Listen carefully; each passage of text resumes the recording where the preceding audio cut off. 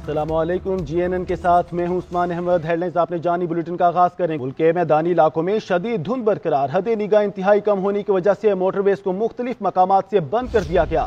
ترجمان موٹر وے پولیس کے مطابق لاہور اسلام آباد موٹر وے M2 کوٹ مومن سے پنڈی بھٹیاں، موٹر وے M5 شیر شاہ سے اچ شریف، موٹر وے M3 اور موٹر وے M4 کوہلات سے فتح جنگ تک ٹریفک کے لیے بند کر دی گئی۔ قومی شاہراہ ملتان میاں چنو کسوال خانیوال کے گردونواہ میں دھند کے باعث حد نگاہ انتہائی کم رہ گئی۔ شہری غیر ضروری سفر سے گریز کریں، دوران ڈرائیونگ فوگ لائٹس کا استعمال کریں۔ ملک کے میدانی علاقوں میں شدید دھند برقرار ہے، حد نگاہ انتہائی کم ہونے کی وجہ سے موٹر ویز کو مختلف مقامات سے بند کر دیا گیا۔ ترجمان موٹر وے پولیس کے مطابق لاہور اسلام آباد موٹر وے M2 کوٹ مومن سے پنڈی بھٹیاں، موٹر وے M5 شیر شاہ سے اچ شریف، موٹر وے M3 اور موٹر وے M14 کوہکلا سے فتح جنگ تک ٹریفک کے لیے بند کر دی گئی ہے۔ بارش برسانے والا سلسلہ بلوچستان سے سندھ میں داخل ہو گیا۔ وادی زیارت اور کوئٹہ کے پہاڑوں پر برف باری سے سردی میں اضافہ ہو گیا۔ محکمہ موسمیات کا کہنا ہے کہ اگلے ہفتے ملک بھر میں بارشوں کا امکان ہے۔ ملک کی سیاسی صورتحال کے حوالے سے بات کریں گے۔ ملک میں امن و امان کی صورتحال ٹھیک نہیں، 8 فروری کو ہونے والے عام انتخابات ملتوی کیے جائیں۔ سینٹ میں قرارداد کثرت رائے سے منظور کر لی گئی۔ سینیٹر دلاور خان نے الیکشن ملتوی کرنے کی قرارداد پیش کی۔ قرارداد میں کہا گیا اکثر علاقوں میں سردی کی وجہ سے الیکشن عمل میں شرکت مشکل ہے۔ خیبر پختونخوا اور بلوچستان میں دہشت گردی کی کارروائیاں جاری ہیں۔ مولانا فضل الرحمان اور محسن داوڑ پر حملے ہوئے اور کئی لیڈرز کو دھمکیاں مل رہی ہیں۔ قرارداد پر ووٹنگ کے وقت سینٹ میں 14 ارکان موجود تھے۔ PTI کے گردیپ سنگھ نے ایک بار قرارداد کی حمایت جبکہ دوسری مرتبہ مخالفت کی۔ پیپلز پارٹی کے بہرام تنگی نے قرارداد کی منظوری کی حمایت کی تردید کر دی۔ پیپلز پارٹی نے سینیٹر بہرام تنگی کو اظہار وجوہ کا تحریری نوٹس بھی جاری کر دیا۔ سینٹ سیکریٹریٹ نے قرارداد منظوری کا نوٹیفیکیشن تمام متعلقہ شخصیات اور اداروں کو بھجوا دیا۔ ملک میں امن و امان کی صورتحال ٹھیک نہیں ہے، قرارداد 8 فروری کو ہونے والے عام انتخابات ملتوی کیے جائیں۔ سینٹ میں عام انتخابات ملتوی کرنے کی قرارداد کثرت رائے سے منظور۔ سینیٹر دلاور خان نے قرارداد پیش کی۔ سینٹ سیکریٹریٹ نے قرارداد منظوری کا نوٹیفیکیشن ایوان صدر، PM آفس، الیکشن کمیشن، وزارت قانون، وزارت داخلہ اور سپریم کورٹ کو بھی بھجوا دیا۔ قرارداد میں کہا گیا کہ جنوری اور فروری میں بلوچستان کے کئی علاقوں میں موسم سخت ہوتا ہے۔ خیبر پختونخوا اور بلوچستان میں دہشت گردی کی کارروائیاں جاری ہیں۔ مولانا فضل الرحمان اور محسن داوڑ پر حملے ہوئے اور کئی لیڈرز کو دھمکیاں مل رہی ہیں۔ مطالبہ کیا گیا کہ الیکشن کمیشن شیڈول معطل کر کے سازگار ماحول کے بعد شیڈول جاری کرے۔ مسلم لیگ نون کے سینیٹر افنان اللہ نے قرارداد کی مخالفت کی جبکہ پیپلز پارٹی نے بھی قرارداد کی حمایت کی۔ قرارداد پر ووٹنگ کے وقت سینٹ میں 14 ارکان موجود تھے۔ PTI کے گردیپ سنگھ نے ایک بار پھر قرارداد کی حمایت جبکہ دوسری مرتبہ مخالفت کی۔ دوسری جانب پیپلز پارٹی کے بہرام تنگی نے قرارداد کی منظوری کی حمایت کی تردید کر دی۔ کہا انہوں نے قرارداد منظوری کے وقت نو کہا جو سینٹ کی ریکارڈنگ میں موجود ہوگا۔ پیپلز پارٹی نے سینیٹر بہرام تنگی کو اظہار وجوہ کا تحریری نوٹس بھی جاری۔ سینٹ میں عام انتخابات ملتوی کرنے کی قرارداد پر رد عمل سامنے آ گیا۔ نگران وزیر اطلاعات مرتضیٰ سولنگی کہتے ہیں الیکشن کرانا، تاریخ دینا یا تبدیل کرنا کمیشن کا اختیار ہے۔ مسلم لیگ نون کے سینیٹر افنان اللہ نے کہا کہ سیکیورٹی کا بہانہ کر کے الیکشن ملتوی کریں گے تو کبھی الیکشن نہیں ہوں گے۔ پیپلز پارٹی کی شہری رحمان کہتی ہیں سینٹ قرارداد کی حمایت نہیں کرتے۔ تحریک انصاف کے بیرسٹر گوہر کہتے ہیں انتخابات وقت پر ہونے چاہیے۔ سینیٹر علی ظفر نے قرارداد کو بے ایمانی اور ریاست کے خلاف قرار دے دیا۔ امیر جماعت اسلامی سراج الحق کا کہنا ہے کہ الیکشن کے التوا کی قرارداد ملک اور جمہوریت کے خلاف سازش ہے۔